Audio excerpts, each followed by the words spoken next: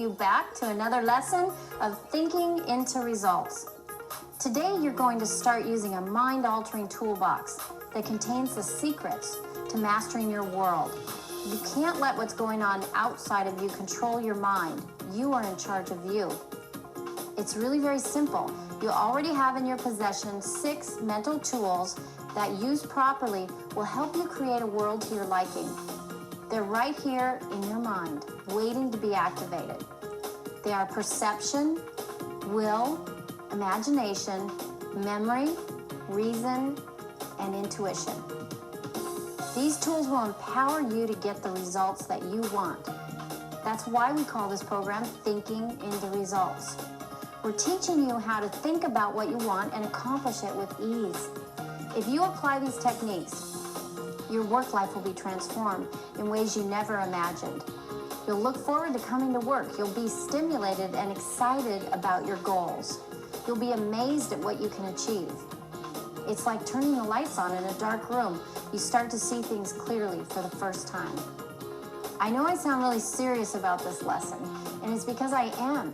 Because I use these techniques every day of my life, and I'm still surprised at how powerful they are.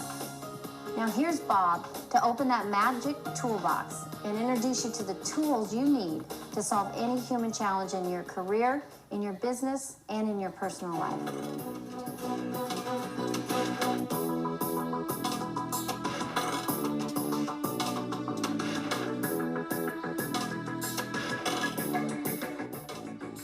You know, we've mentioned on 2 or 3 occasions that we have these sensory factors. They're like little antennae sticking out of our conscious mind.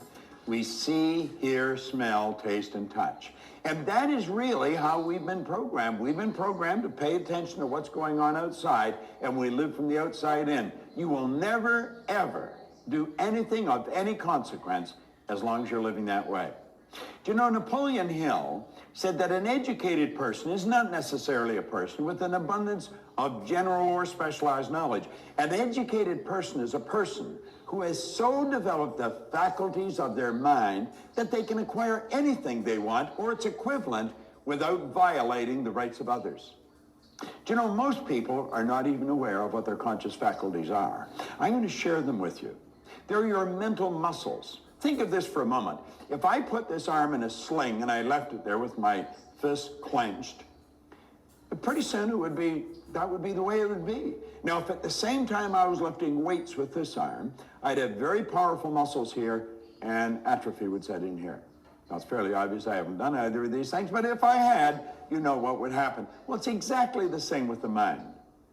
We have perception, the will, imagination, memory, reason, and intuition. These are phenomenal mental tools. Let's think of them one at a time. You have memory. Do you know there's no such thing as a bad memory? There isn't. There's only weak memories and strong memories. Anyone can develop a great memory. I could teach you how to memorize a book. In fact, Jerry Lucas was in San Francisco teaching people how to memorize the Bible. Now, the average person has difficulty remembering their way home, but we've got a marvelous memory. Memory is developed through association, ridiculous association. I would recommend you go and get a good book on memory and start to study it. Now, there's a way to remember names and a way to remember numbers, and there's little techniques you can use. And the way you remember numbers is not the way you remember names, but they're little games. Find out about them, study them, and develop your memory. You've got a phenomenal memory. Then you have reason. Now, reason is what gives us the ability to think. Do you know, thinking is the highest function of which we're capable of. We can be taught how to think just the same as we can be taught how to type or play a piano. And we should learn how to think. That's where we tap into the infinite. We pull energy into our consciousness. We create thoughts, which are pictures. We join them together, and that's how you build an idea. An idea is nothing but a thought or a collection of thoughts directed towards a purpose. We want to think. Let's think in new dimensions. Let's think of how we can do what we're not doing. Let's think of how we can do better. Let's not spend any time on the negative pole thinking of why we can't, only think of how we can. Here's an excellent graphic illustration for you of an individual that's letting the results, which started with the report card and then kept on growing, but they let the results control what's going on inside. When you look at your results, and let the results register in your mind, the results then cause the thinking. The thinking produces the feeling causes the action, and the action produces the result. Same result, more of the same. And that's why people keep getting the same result over and over and over again. It's the report card syndrome that is turned into sales sheet syndrome, that is turned into the balance sheet syndrome, that is turned into the x-ray syndrome, the bank account syndrome. You must not let what's going on outside of you control your mind. Remember, I quoted Dr. Ryan. He said, the mind is the greatest power in all of creation. What we want to do is look at the result and say, I don't think that's what I want. And then you begin to think of what you do want. Build the image of what you want. Then the thoughts cause the feelings cause the actions, and the action produces a new result. You consciously observe the new result, and then you adapt to what's going on, and you begin with a new train of thought. See, what you're really doing is either responding or reacting. When you react to what's going on outside, whatever's going on outside of you, whether it's a condition, a circumstance, or a person, they're in control of you. But when you respond to what's going on around you, then you maintain control. And that's really what you want to do. Remember, it starts out with the thought. The thought causes the feeling causes the action causes the result. You take a look at the result, you adapt, and you start with a new train of thought. You stay in charge of you. Don't let the outside world control you. You control the outside world. Then we have perception. You know, I have used this book for years, and I hold the book up, and of course you can see clearly here on the cover, well, not that clear because it's pretty faded, Think and Grow Rich. But I'll be standing facing a person, and I'm going to tell them there's nothing printed on the cover of this book. Am I right or wrong? Well, they look at the book and they look at me and they say, well, you know, of course there's something there. And I said, there's nothing there. Am I right or wrong? And they say, you're wrong. Now I said, the more I get you to focus on what is printed on the book, the more you're convinced there's something there and the more you're convinced I'm wrong. Is that correct? And they say, yes. But then I cause them to turn around and look at the book where I'm looking at it and there's nothing on the book. Now what are we doing? We're both looking at the same thing, but we're looking at opposite sides of the same thing. You're looking at the front, I'm looking at the back. We're both right. Just because you're right, that doesn't make me wrong. See, what we've got is a perception problem. I say that's the right side of the book, you say it's the left. It's just a side of the book. It would depend upon your point of view whether it's right or left. Everything has an opposite, front, back, right, left, inside, outside. You couldn't have one without the other. In fact, if I took a sharp knife and I started to slice the right side off this book, when I've got rid of the last slice for the right side, I've also gotten rid of the left. Everything has an opposite. Well, you know, there's many ways of looking at everything. And that's what perception is. Our perception is our point of view. And what we want to do is, if we can see something and we think of why it can't be done, let's change our point of view. And maybe through a change in the point of view, we'll figure out how to do it. See, it's perception. Perception is a marvelous tool. Then we have imagination. Now, imagination is the most marvelous, miraculous, inconceivably powerful force the world has ever known. Napoleon Hill said that. I adopted it, and I believe it. Everything is built through the imagination, the building I'm in, the camera that is recording me right now, the sound system. It's all nothing but the manifestation of somebody's imagination. See, everything's created twice. It's created in your mind, and then it's created in the outside world. Well, you've got an imagination. Use it constructively. Use your imagination to see how you can do much better than you're doing. Think this through.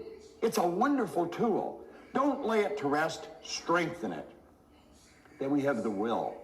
Now, the will is a marvelous tool.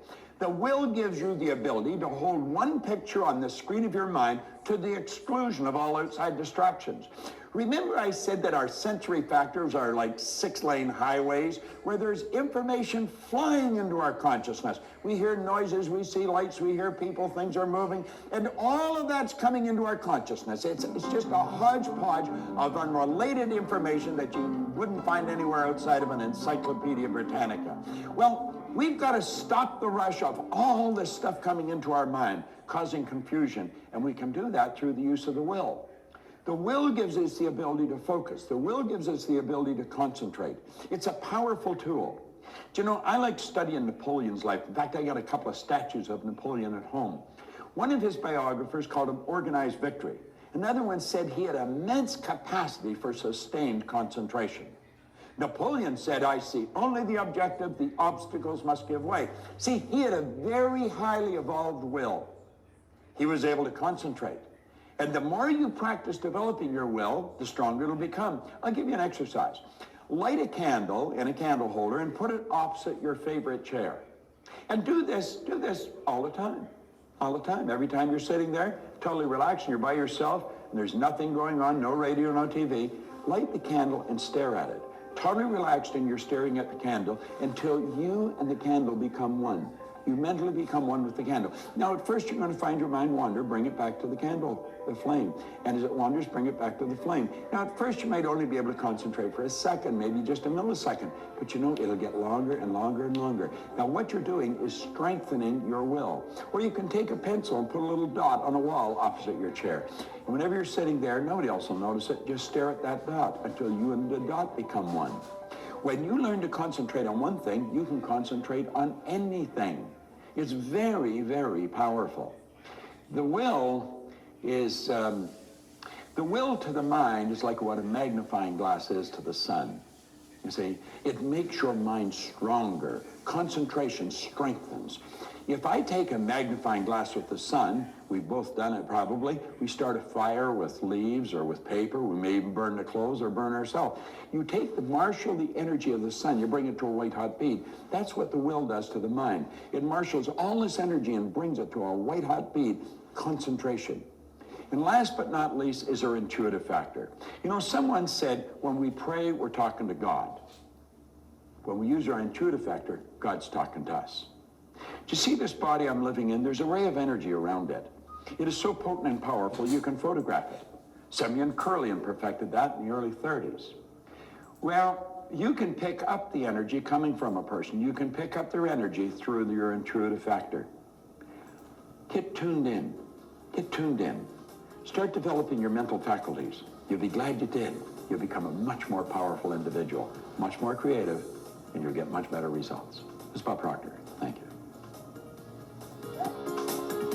Bob just told you about the phenomenal mental tools we all have at our disposal every day, anytime we need them. This isn't taught in school, but you know, it really should be, because these tools are the key to getting the results that we want. Master these tools by completing the exercises in your guide, and spend as much time as you can here. The more you use these tools, the better they can help you get the results you want. Look at a situation at work you'd like to change. What inspired action steps would allow the team to change the situation? Commit to take those actions and use these tools. Good luck, and I'll see you next lesson.